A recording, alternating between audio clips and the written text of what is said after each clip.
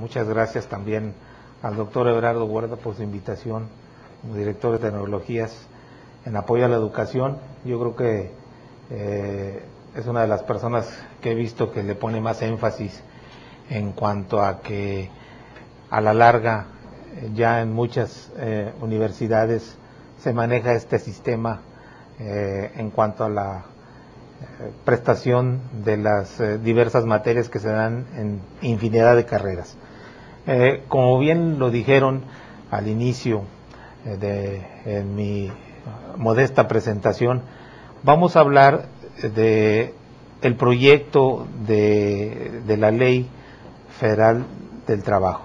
Si bien es cierto que cuidando las situaciones electorales y las restricciones que están en vigor, pues simplemente aludiremos de que existen partidos políticos que han hecho propuestas a la Ley Federal del Trabajo desde hace tiempo, independientemente de otro tipo de propuestas, desde el carácter empresarial, del carácter patronal, en este caso, y desde el carácter obrero.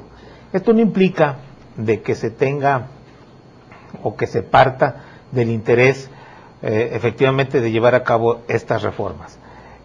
Para esto pretendo en estos comentarios y basándonos en el tema que se está poniendo en pantalla, lo voy a dividir en primer punto un aspecto introductorio. El segundo punto sería una generalidad de lo que podemos entender como proyecto de reformas a la ley. Como tercer punto sería en sí ya el tema en la propuesta de la Ley Federal del Trabajo en sus aspectos de relaciones colectivas. Y el cuarto punto y último sería una serie de conclusiones a estos comentarios que vamos a tener el día de hoy. Primero, bueno, tomando como primer punto el aspecto introductorio, vamos a decir el por qué. Yo creo que aquí podríamos basarnos contraviniendo los sistemas metodológicos, es decir, vamos a partir de una conclusión. Yo creo que a cualquier persona que le preguntemos, y sobre todo de los factores de la producción, en este caso el capital y el trabajo, empresarios y obreros, si es necesario o será necesaria una reforma a la ley, yo creo que todos, sin menoscabo, diríamos que sí. Basta simple y sencillamente el ver que nuestra Ley Federal del Trabajo data de 1970, lo que conocemos como el derecho sustantivo.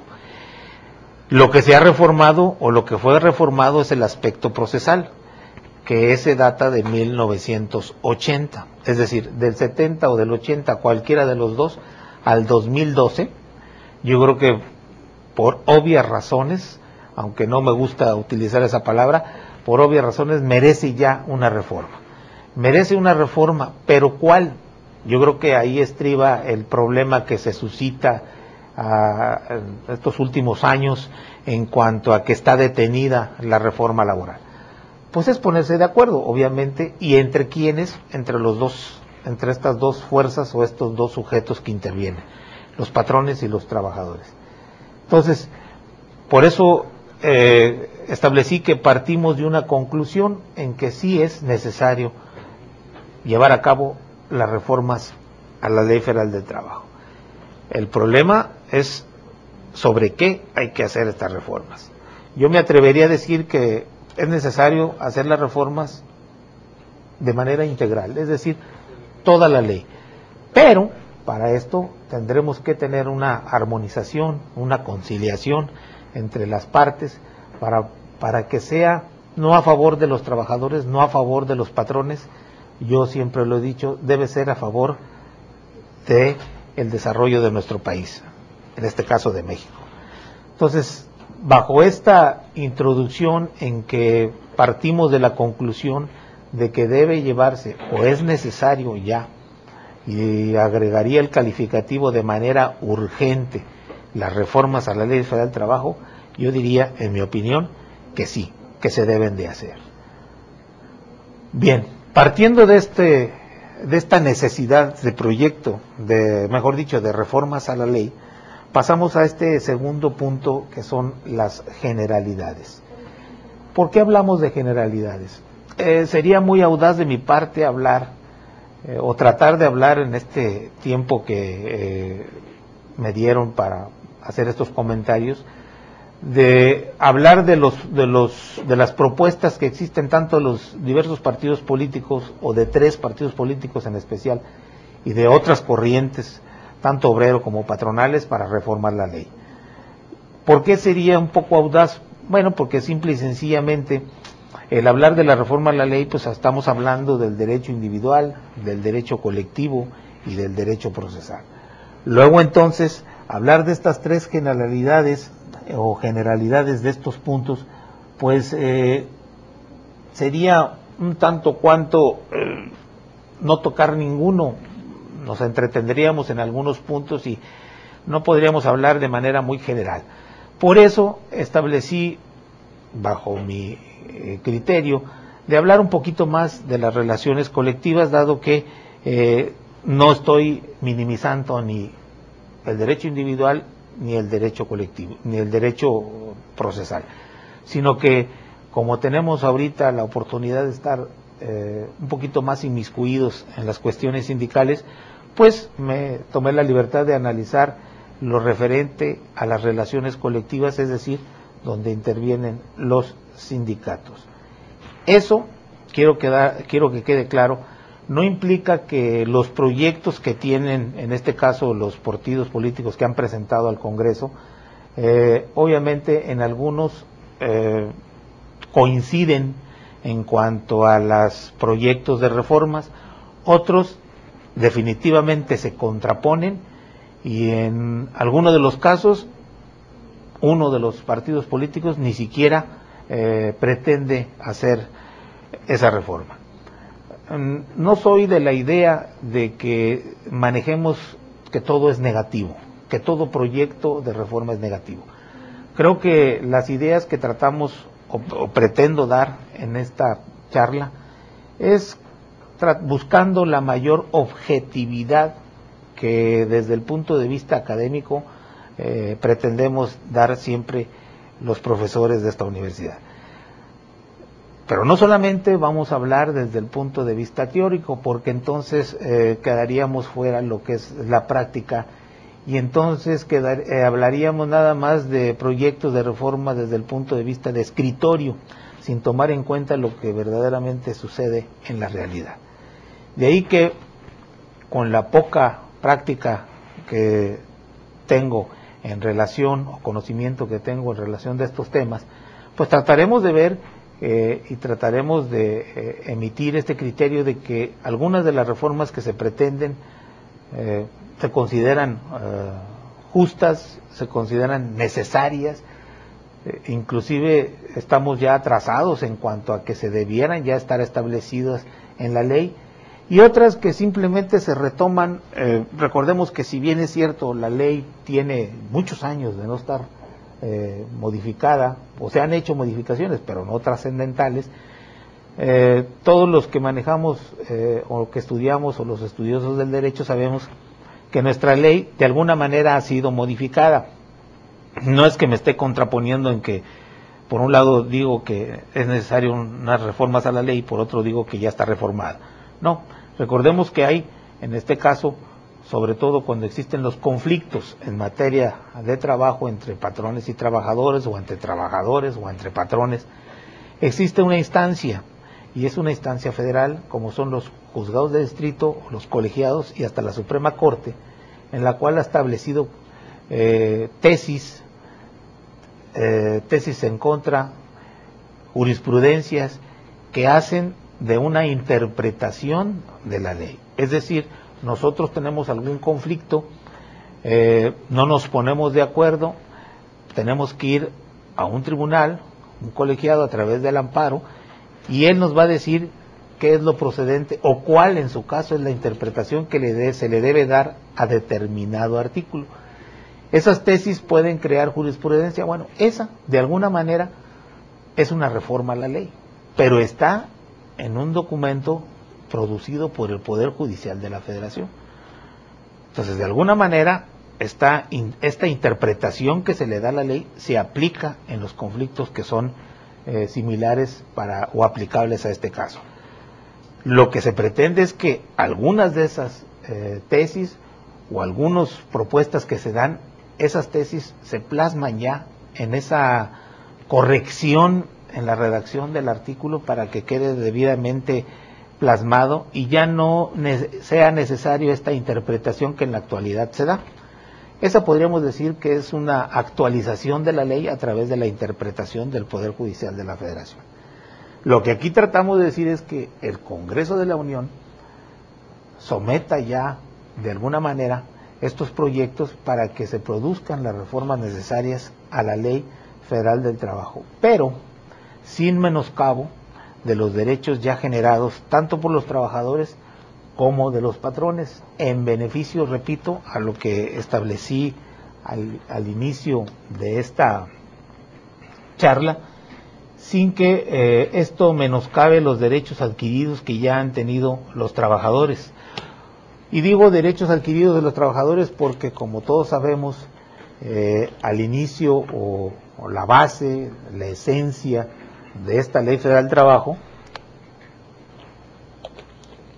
radica en el 123 constitucional, y la elaboración, el nacimiento de ese 123 constitucional, que en su inicio no había ni apartado A ni apartado B, pues fue una trascendencia histórica, una lucha tanto en lo físico como en lo político, que aterrizó, no vamos a dar ahorita una clase de historia, que aterrizó en el Constituyente del 17, estableciendo este mega artículo 123 constitucional, y que siempre hemos dicho en clase, el 123 constitucional del 17 es el parteaguas.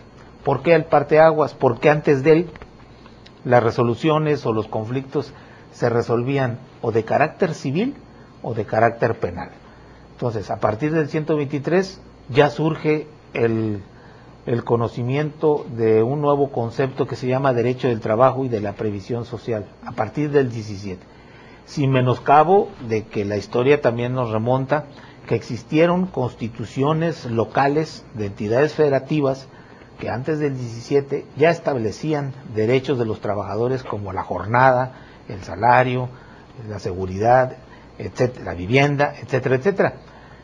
Pero lo que me refiero es que a nivel constitucional de todo el país no existía un concepto de Ley Federal del Trabajo, no existía un concepto de derecho de los trabajadores.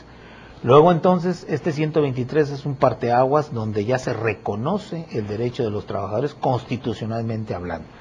De ahí surge la ley del 31 como reglamentaria del 123, a la postre la Ley Federal del Trabajo del 70 con sus reformas procesales de 80. Desde luego que vienen estableciendo derechos preferenciales para toda la clase trabajadora. Mucho se dice que la Ley Federal del Trabajo es favorable a los trabajadores. Yo no diría al 100%, pero al 90% tal, en su mayoría sí, porque también tiene algunos derechos, aunque sean menores, pero para los patrones. Pero en fin, ¿por qué se le da esa situación de preferencia a los trabajadores? Bueno, porque antes del 17 no había nada a favor de ellos. Es decir, estaban regulados al libre arbitrio del patrón. El patrón lo podía contratar o lo podía despedir cuando él quisiera, de la forma que quisiera y sin ninguna retribución por haberle elaborado, haya sido el tiempo de servicios que haya sido. Entonces, a partir de esta nueva elaboración de normas en materia de trabajo, ya se regula lo que antes, en su momento, el patrón abusó de alguna manera del trabajador. Tal vez por eso algunos de los que hablan de las reformas laborales establecen que ya no deben de existir estos exagerados privilegios a la clase trabajadora, porque no estamos hablando de los mismos momentos históricos en que se produjo el artículo 123 constitucional en 1917, es decir, no tenemos los mismos antecedentes de la Constitución del 17 en su artículo 123 en la actualidad. Yo no estaría muy de acuerdo con eso porque todavía existe la explotación de los trabajadores, todavía existe el abuso de los trabajadores, todavía existe el abuso de género, es decir, la mujer, el caso de que esté embarazada, que la despidan. Entonces, si bien no ha habido, afortunadamente, revoluciones, matanzas, etcétera, bueno, pero hay otro tipo de delitos o de violaciones a sus trabajadores que todavía en la actualidad existen.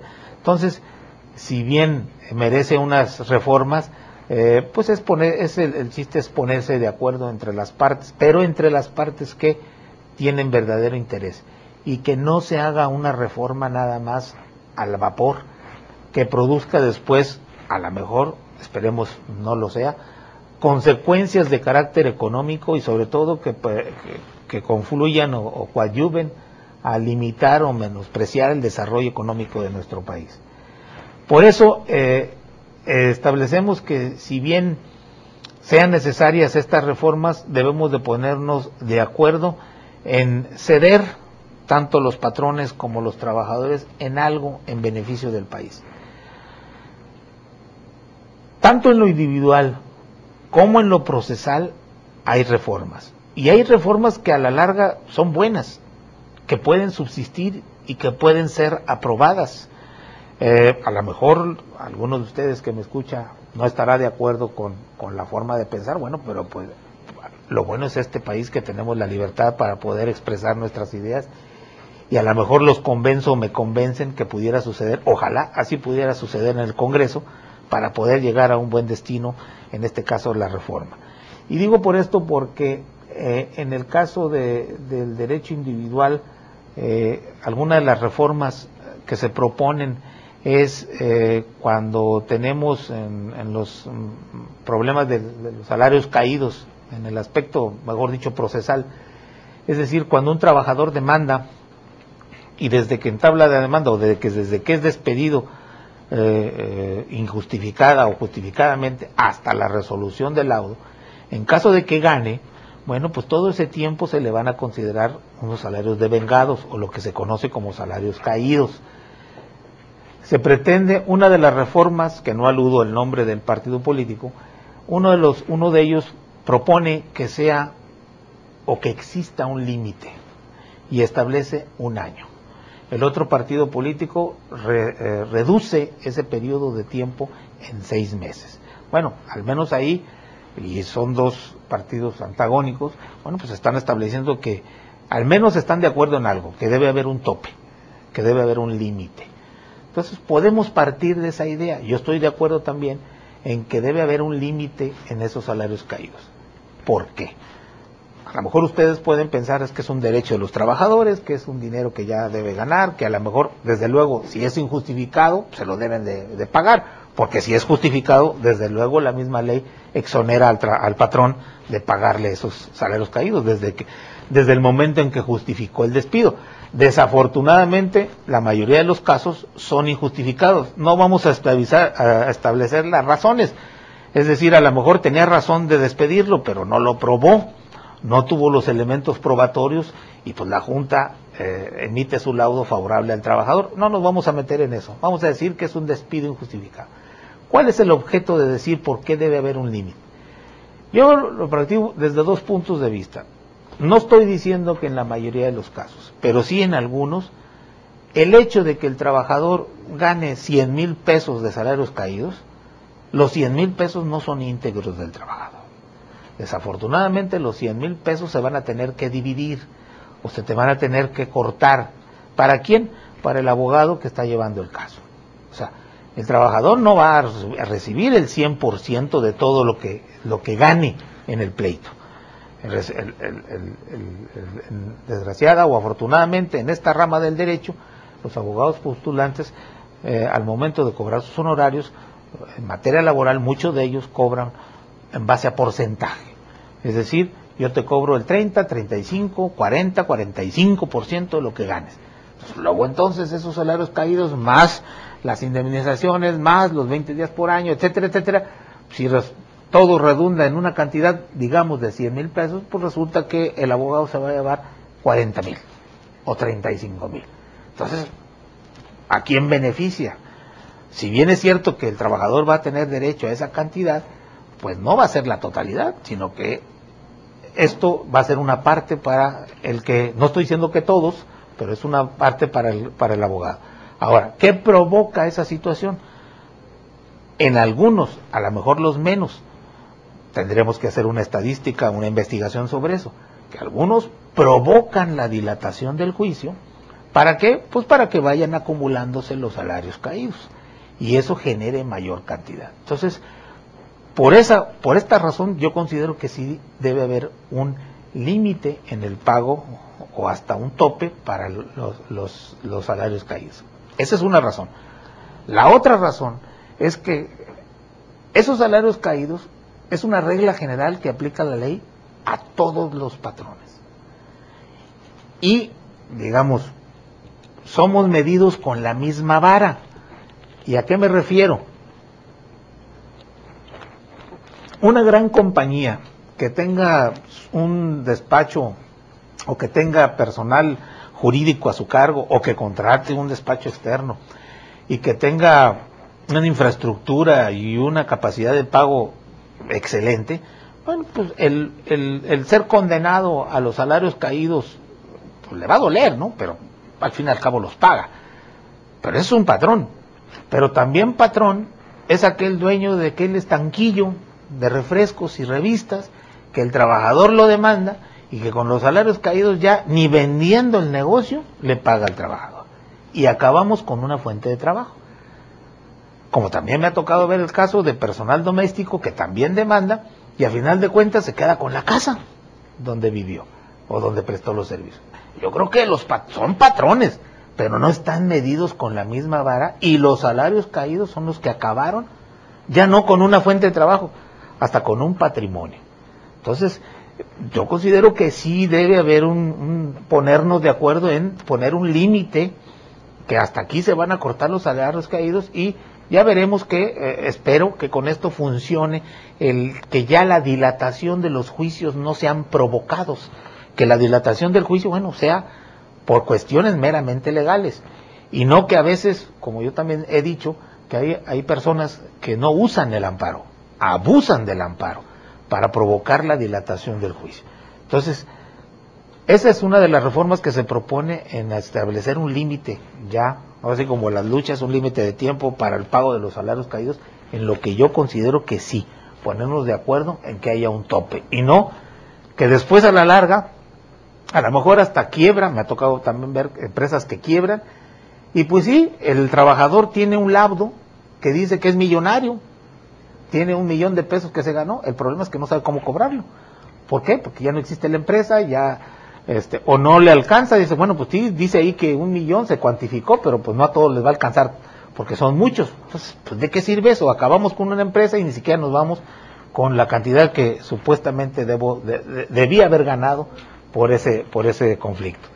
Entonces, en materia procesal también hay una reforma. La ley habla de las juntas, las autoridades. Ahí establece que se deroguen varios artículos referentes a qué. Nuestra ley federal del trabajo establece que haya juntas locales de conciliación y arbitraje, que son las actualmente resuelven los conflictos.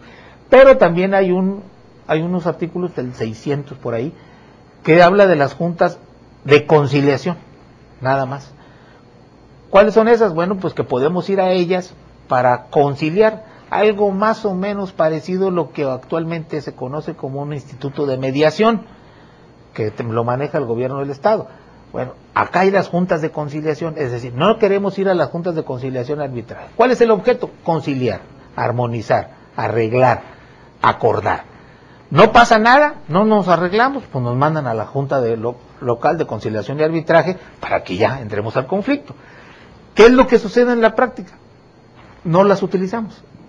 Nos vamos directamente a las juntas de conciliación y arbitraje. Entonces, ¿qué reforma se propone? Quitarlas, que desaparezcan. Entonces no tiene caso establecer una figura que de hecho en la práctica no está funcionando. Bueno, procesalmente está bien.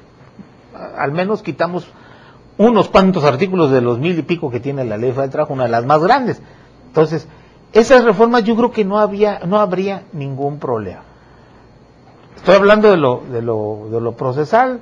de lo individual, etcétera, etcétera. Habrá algunas otras que le digan que no es el concepto de patrón, sino que es empleador. La verdad es que no altera en nada. Además, el concepto de empleador ya tiene mucho tiempo establecido en la Organización Internacional del Trabajo, o sea, no es nada nuevo, no hemos descubierto nada nuevo. Y ponerle, ya no te vas a llamar patrón, ahora te vas a llamar empleador, pues no creo que altere nada.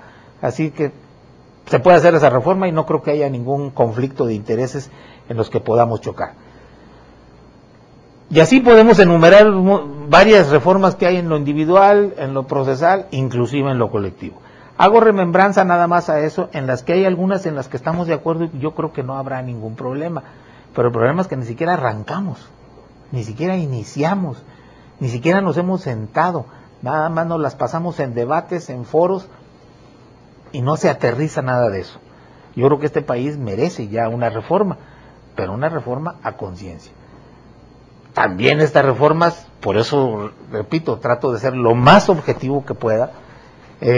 Hay cosas positivas, pero hay cosas que son totalmente negativas.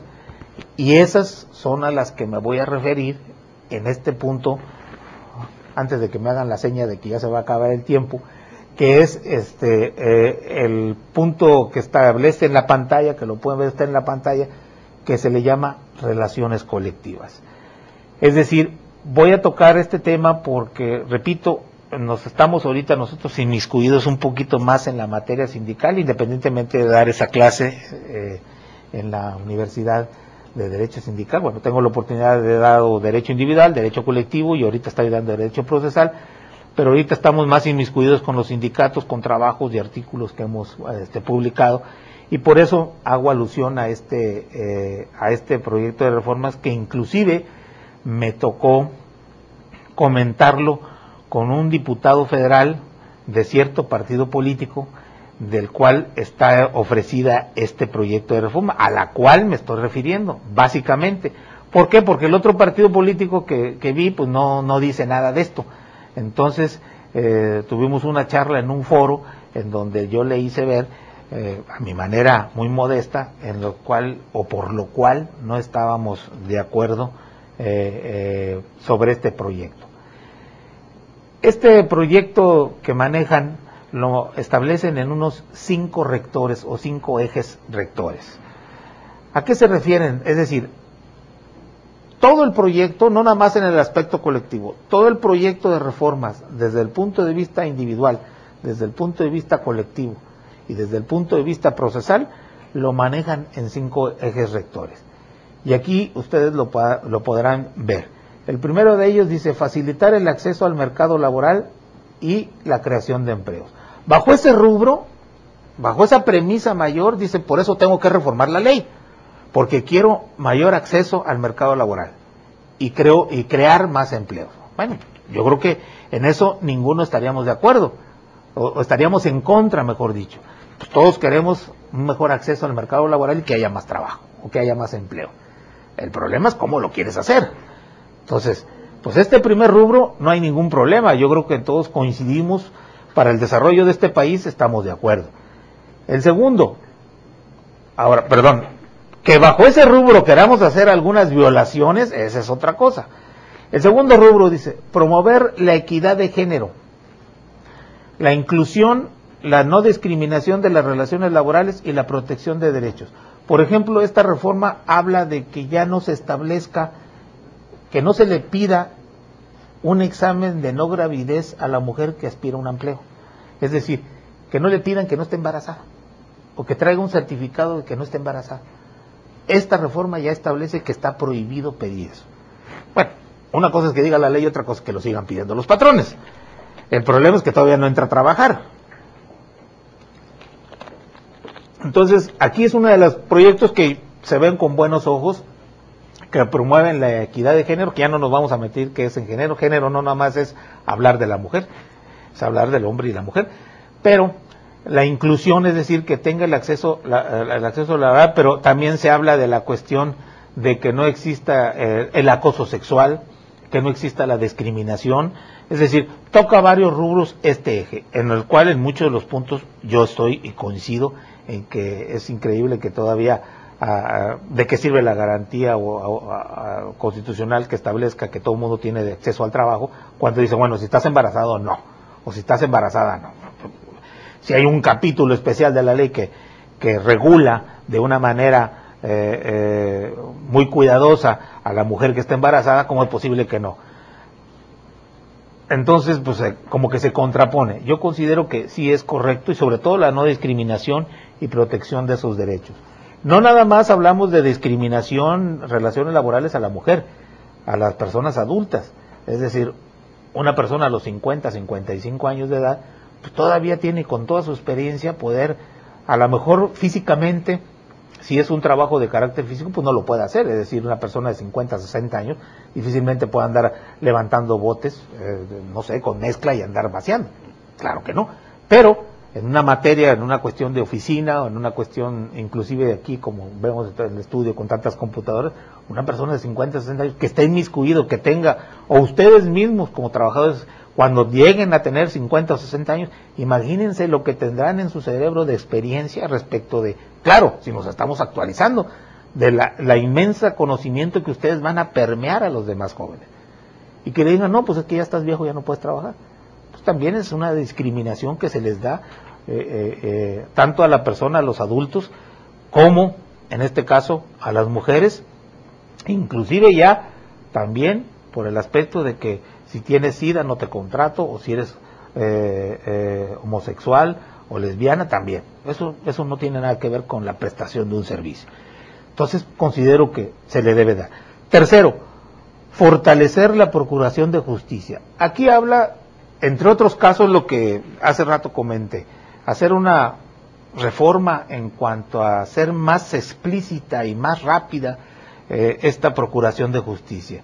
El quitar ese tipo de juntas, pues que no se utilizan, bueno, pues es una forma de mejorar la justicia, pero yo creo que también debemos irnos a fondo en cuanto a la procuración de justicia. Otra de las reformas que se proponen, y en la que estoy de acuerdo, inclusive en algunas ponencias lo he establecido, es que, por ejemplo, todos ustedes saben que la Junta es un cuerpo colegiado y está integrado por un presidente, que es el representante del gobierno, un representante obrero y un representante patronal. Una de las propuestas que se hace a esta reforma, a través de la reforma, es que los representantes ya tengan la carrera de licenciado en Derecho. Actualmente no es necesario tener la carrera de Derecho para ser representante obrero o patronal. Yo he dicho, bueno, pues eso nos deja con menoscabo respecto al presidente. ¿Por qué? Porque a la hora de votar un laudo, si no tenemos los conocimientos suficientes, pues estamos mermados frente a un presidente que, entre comillas, se supone que es conocedor de la materia. Entonces, si nos ponen con título de licenciado en Derecho, con cierta experiencia en laboral, bueno, pues ya vamos con mayor énfasis a la defensa de cualquiera de nuestros representados. En la actualidad, ¿qué pasa? Pues generalmente los patrones sí establecen que sus representantes tengan la carrera profesional del derecho. ¿Por qué? Porque tienen la posibilidad. Ya los sindicatos se están preocupando también por eso. Si algunos son pasantes o algunos son ya agremiados a cierto sindicato y tienen la carrera de licenciados en Derecho, pues ya también los proponen como representantes. Bueno, si ya se está dando en algunos lugares eso, que no costará mucho trabajo el establecer que sea a través ya en la ley estipulado que tengan la carrera de Derecho. Hay otro proyecto de reforma que dice que nada más el de los patrones debe tener la carrera de licenciado en Derecho, el de los trabajadores no. Bueno, será ponerse. Pero yo digo, en la actualidad ya encontramos abogados hasta por debajo de las piedras, yo creo, y que pues en un sindicato no le va a costar ningún trabajo tener un representante que esté al tanto de sus asuntos. 4.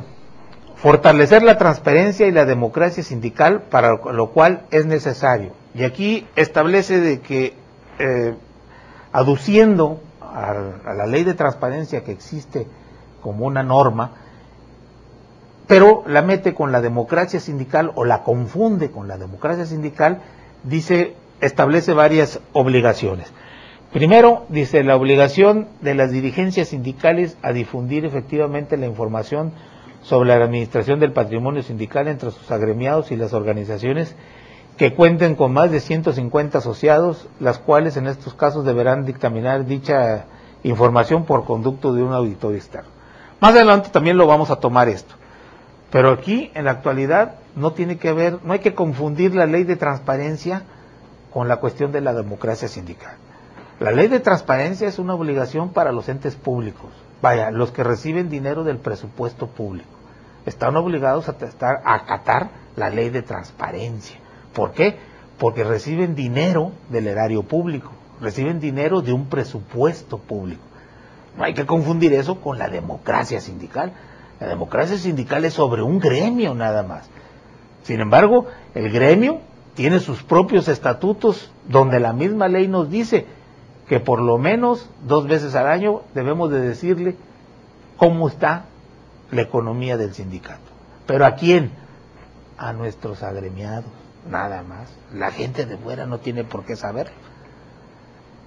Por eso digo que hay aquí una confusión entre lo que es la transparencia, que se supone lo toman de la ley de transparencia, y la democracia sindical. Esa es otra cosa. Esa nada más es para el gremio que nos corresponde. Pero aquí hace alusión. Todavía aquí hay una discriminación, porque dice que cuenten con más de 150 agremiados. Todos sabemos que para formar un sindicato la ley nos pide que por lo menos debe haber 20 trabajadores en activo. Entonces yo pregunto, si tenemos 20, 30, 40, 50, 80 o 100 o 120, 130, no vamos a hacer esto, porque somos menos de 150. Entonces, aquí hay una discriminación. Hablamos en un eje rector que no debe haber, en los puntos anteriores, que no debe haber discriminación, y en los mismos ejes rector que proponen, está discriminando entre los propios sindicatos. Es decir, los que son de más de 150 y los que son de menos de 150. Eso en la actual ley no está. Y con esta propuesta que están haciendo, pues vamos a crear sindicatos de primera y sindicatos de segunda. Es decir, los de primera son los de más de 150 y los de segunda pues son los que sean menos de 150. Y los dos ahorita en la actualidad tienen el mismo valor específico. Y luego remata con otra cuestión relacionada con la transparencia. Dicha información por conducto de un auditor externo. ¿Qué tiene que venir un tercero que ni sabe cómo nos manejamos nosotros? Si nosotros estipulamos en nuestros estatutos cómo rendirle cuentas, y la ley lo reglamenta, cómo rendirle cuentas a nuestros agremiados, ¿qué tiene que venir un tercero para avalar eso? Eso es una violación. ¿Y es una violación a qué? A la libertad sindical prevista en la ley. Nosotros debemos, ahí sí, es nuestra democracia sindical. Si ustedes, como miembros del sindicato, en la asamblea aprueban, como dicen por ahí en son de burla, si el secretario general se para y dice, señores, todo lo que entró salió y lo aprobamos, pues nosotros lo aprobamos. Para bien o para mal, nosotros lo aprobamos. No tiene que venir un tercero a decirnos cómo está. ¿Por qué? Porque es violatorio de la libertad sindical. Entonces, es una aberración de la discriminación y de la violación a la libertad sindical. Dice, dar publicidad en Internet a los registros de organizaciones sindicales y a los contratos colectivos reglamentarios interiores de trabajo. Muchas de las juntas ya tienen en Internet los contratos colectivos y los reglamentos interiores de trabajo subidos al Internet. En el caso de algunos sindicatos también, por ejemplo, la universidad, el Sindicato Único de Trabajadores Académicos, tiene el contrato colectivo subido a su página. O sea, no es nada nuevo. Hacerlo oficial a través de la ley, bueno, pues es una reforma que no causaría problemas. Dice, hacer obligatorio el voto libre, directo y secreto en el desahogo de la prueba de recuento de trabajadores. Muchos de los trabajadores, ¿qué es eso? Que cuando vamos a decirle al trabajador si vota sí o no, pues a veces algunos se dicen, bueno, es que levanten la mano y así vemos quién dijo que sí y así vemos quién dijo que no, y tienen miedo de que vaya a haber represalias. Lo que trata de preservar es que sea secreto, que cada quien vaya y diga en una boleta. Algunos sindicatos también ya lo hacen. Otro dice, prever que la elección de la directiva sindical deba realizarse mediante voto libre y directo. Igualmente, al elegir a los representantes sindicales también sea a través del voto. Muchos de los sindicatos también ya lo hacen a través de esto. Eliminar el descuento obligatorio de las cuotas sindicales por nómina. Viene más adelante, pero bueno, como vamos a tocar, si no hay tiempo después ya de una vez lo decimos. ¿Qué trata de decir con eso? Los que somos miembros o conformamos parte de un sindicato, si vemos a nuestro talón de cheque, dice, hay uno de, el salario viene dividido en dos, en percepciones y en descuentos. En los descuentos ahí vamos a ver, pues si le debemos al Infonavit, si le debemos a un préstamo, si le debemos a esto, y va a venir ahí descuento por cuota sindical. Eso es lo que quieren quitar. Por eso digo, eliminar el descuento obligatorio. ¿Bajo qué rubro? Pues simple y sencillamente dicen que para que el trabajador reciba el salario íntegro, pues que no sea obligatorio que el patrón le descuente al trabajador. Yo pregunto, ¿es violatorio de la libertad sindical? ¿Por qué? ¿De qué viven los sindicatos? El sindicato vive de la cuota sindical. Yo pongo el ejemplo de cualquiera de nosotros. Si pertenecemos a un club privado, yo quisiera saber que muchos de los clubes privados nos andan hablando y dicen, oye, no has pagado la cuota. ¿Por qué? Porque hay que ir a depositarla. Imagínense, cada trabajador que cada quincena o cada albañil de cada sábado que le paguen, ¿a poco lo primero que va a hacer es recibiendo el sobre, voy a ir a pagar mi cuota sindical al sindicato? Pues desde luego que no. Entonces, nosotros argumentamos que esta reforma va con doble propósito, no el del salario del trabajador, sino menospreciar, bajar, desaparecer en el último de los casos a los sindicatos. ¿Por qué? Porque al no tener una cuota sindical que algunos sobreviven de esa cuota, digo, hay ejemplos, si de todos conocidos es lo que recibe el Sindicato Nacional de Trabajadores de la Educación por cuotas sindicales, pues son millones de pesos por tanto trabajador, pero no vamos a medir al sindicato con un sindicato pequeño de esta localidad, en donde si le quitan las cuotas sindicales, pues de qué yo creo que ni a pagar la renta le va a alcanzar. Entonces, eso va en contra de la libertad sindical también, porque ¿qué tiene que decirme a mí para descontar? Y hay otros argumentos que por tiempo yo creo que ya no vamos a tener oportunidad. Y suprimir la llamada cláusula de exclusión por separación. Esa de hecho ya se pretende hacer de manera formal en la Ley Federal del Trabajo. El último eje rector habla de fortalecer las facultades normativas de vigilancia y sancionadoras de las autoridades de trabajo. En este caso, bueno, habla si tenemos tiempo vamos a ver en caso de huelga en materia de trabajo.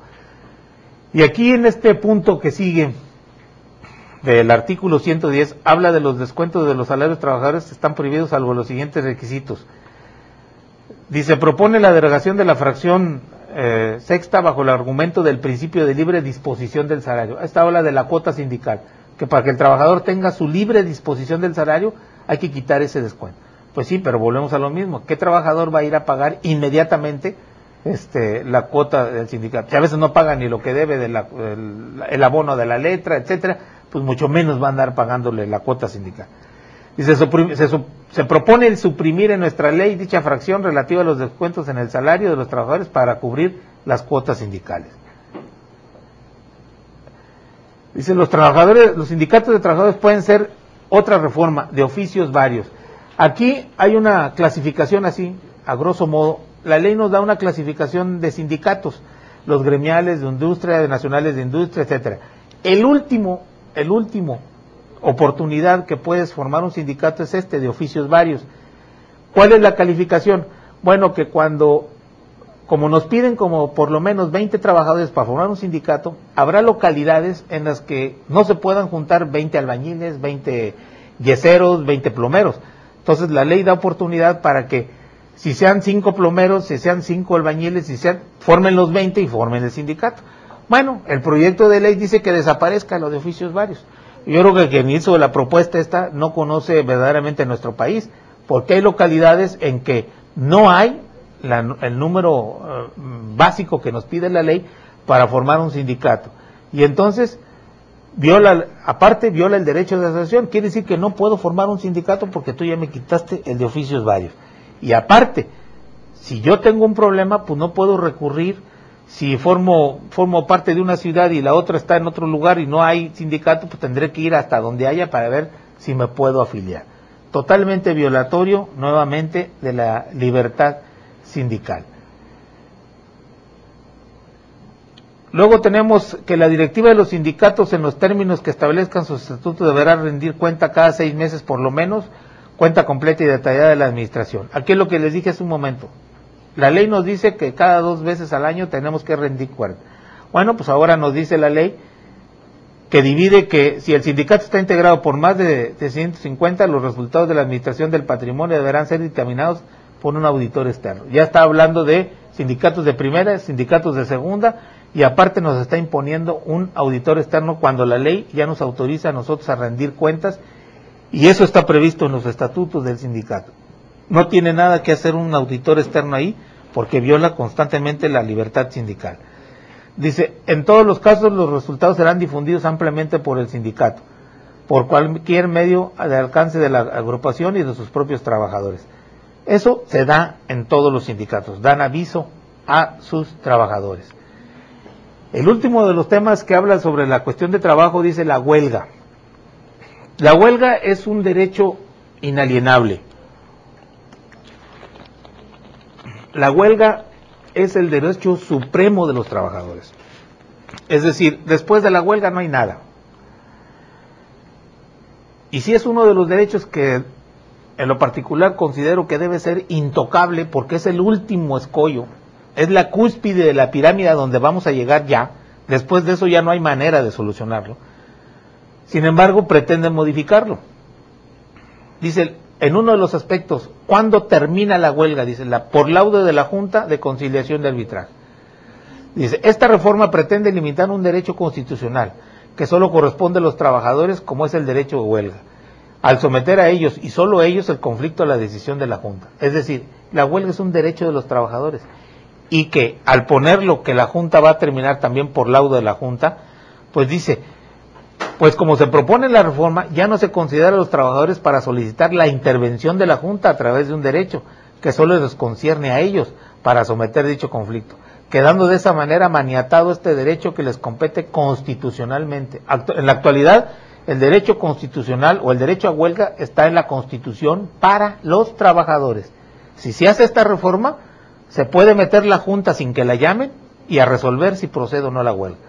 ¿Qué está pasando con eso? Bueno, pues simplemente estamos coartando uno de los derechos más sagrados que tienen todos los trabajadores, que es el movimiento de huelga.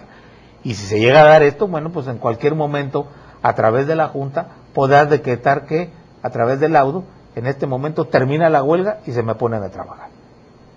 ¿Cuál es la figura? Perdería la efectividad del movimiento de huelga si se atribuye o se adiciona a esta reforma que se pretende presentar en este proyecto de reformas. Conclusiones. Debemos considerar entonces que como seres humanos somos diferentes, no podemos tratar de ser iguales. Entonces, no queramos imitar lo que otros países hacen. Nosotros debemos hacer de acuerdo a nuestra idiosincrasia, de acuerdo a nuestras raíces históricas, para hacer una reforma que lleve a las partes a un buen arreglo. Dice, nuestras leyes y normas se deben hacer no de manera unilateral, se deben de ser acordes, armonizando los dos factores de la producción, en este caso el capital y el trabajo, pero no limitando sus derechos, como es la asociación sindical y el derecho supremo de los trabajadores, que es la huelga. No se puede ni se debe aceptar esta propuesta de reforma hasta en tanto no exista un consenso general de todo el sindicalismo mexicano, me refiero a los aspectos colectivos, para llevar a cabo una reforma laboral justa que beneficie a los sujetos en ella involucrados, como son patrones y trabajadores, pero sobre todo que beneficie a nuestro país, que tanto lo necesita. Es decir, como iniciamos nuestro pequeño comentario, que partimos, necesitamos una reforma, sí, pero una reforma armónica, conciliada, y que verdaderamente procure el desarrollo del país sin menoscabo de los derechos de los trabajadores ni de los patrones. Bueno, considero que esto es suficiente para, muy rápido, pero es un bosquejo así muy general, unos pequeños comentarios al proyecto que se tiene, a los diversos proyectos que se tiene de la Ley Federal del Trabajo. Muchas gracias.